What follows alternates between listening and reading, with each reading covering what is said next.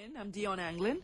Thank you for tuning in. And at this time, we have representatives of the Cayman Islands National Basketball Leagues. We have the champions in the house. We have the Women's League champions, Home Gas Flames, Wendy Manzanares and Latori Nixon.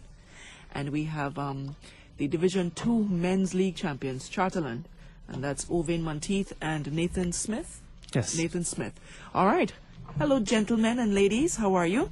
Doing well. How are you? Good. All right. All right. And let's talk some basketball. Let's talk about the leagues and tell me, in a nutshell, Division II men champions. How did that league go for you guys this year? We had a really good year. I think we went undefeated in the regular season, and then cruised to the first round. But then met some good challenges from the Butterfield Shockwaves in the finals. We lost our first game, but then we were able to rebound and take the last two for the championship. Okay, well, congratulations. Thank you. And I know you guys have won 3 years in a row now. You have dominated the Division II league. So, there's a SEBA rule that states that a team that dominates the Division II, the team that wins, should be promoted to Division I. What are your views on that? That's interesting. I didn't know the rule, but this is my second year with the team. Right. Yeah, we're in an interesting position in that we're a bit older than a lot of the teams. Right. So I don't know if a jump is in the cards for us. I mean, we'd like to give it a shot. We're not quite as athletic as most of the Division I teams, but we know how to play basketball. And you dominate by far. Sure, So I think you guys will be great contenders in Division I. Yeah, I think we've talked about it, and I think we want to give it a shot. But we did notice that the other teams really stepped up their game as the season went on. We really started being more challenged as the season went on from the other teams. So it was good to see those younger teams make progress. And how many players on your squad are college? Have played college or national level? 0. National level. We have national. Yeah, any national I played level? the national team several years. Yeah. Well, are you the only one? More than likely, yeah. Oh, okay. But if you go to Division I, I'd have to retire, come to retirement. Because I know you played in Division I also, and now you're in Division II. Why that transformation? I want a bit of fun and just to relax, play with a different team altogether. Because I played with Taris for many years, Right. over 25 years actually. So I just want to do something different. Okay. And what advice, Nathan, would you give the younger teams? Not necessarily, to beat you, but to improve their performance. Sure. I think a continued focus on fundamentals. Our team, we really, I think, excel because we focus on defense. We take pride in defense, and our offense just kind of comes, from knowing how to play the game and playing for so many years. Like I said, we're kind of a team of veterans. So yeah, just a continued focus on the fundamentals and defense. Give me a few names of the players on your team. Let's highlight some of the players on your team. Sure. Well, we have our big man in the middle. That's Conrad. Okay. He's kind of our giant. Every team has to have one. Right. Then we have Jeremy Strickland. He's kind of our go-to shooter. And then Will Kootenay. He kind of cleans up all the junk and gets us some stuff inside. We have obviously Ovaine. He's our fast break champion there. And three-point shooter. And three-point shooter, sometimes, absolutely.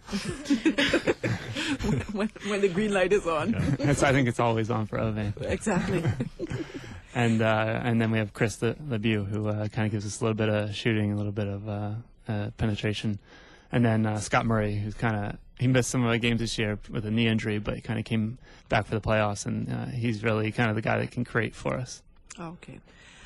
Ovaine, maybe you can answer this for me, but basketball has improved, it has grown tremendously with the input of college players playing abroad. How do you think this has impacted the league? Well, this had a great impact on the league, even though there were fewer teams this year. I mean, the height of competition is pretty good. For instance, SO they actually can make three teams actually. Some Right. really, really, really good players. So it has benefited the sport quite a bit and brought up the level. But obviously, we'd like to see more teams in the future. Right. Men's Division II. Sure. Well, I mean, I think there were a lot of good candidates this year. We had Philip Webb from the Butterfield Shockwave, really did a lot for his team on the rebounding front, and maybe not so much in the scoring. But I really think that it's going to be a member of our team, Will Kootenay. He was top 5 in scoring and top 5 in rebounds, and I think he led the league in free throw percentage for a good bit of the time, as well as providing just a real clog in the middle defensively.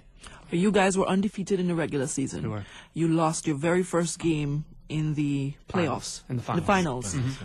What happened? Well, we only had 5 people show up, so and then I think we were a bit winded, and they knew that, so they were pushing us. And then I think we had 3 people with 4 fouls starting the fourth quarter. Yeah. Ovaine had 6 fouls and his shots were off.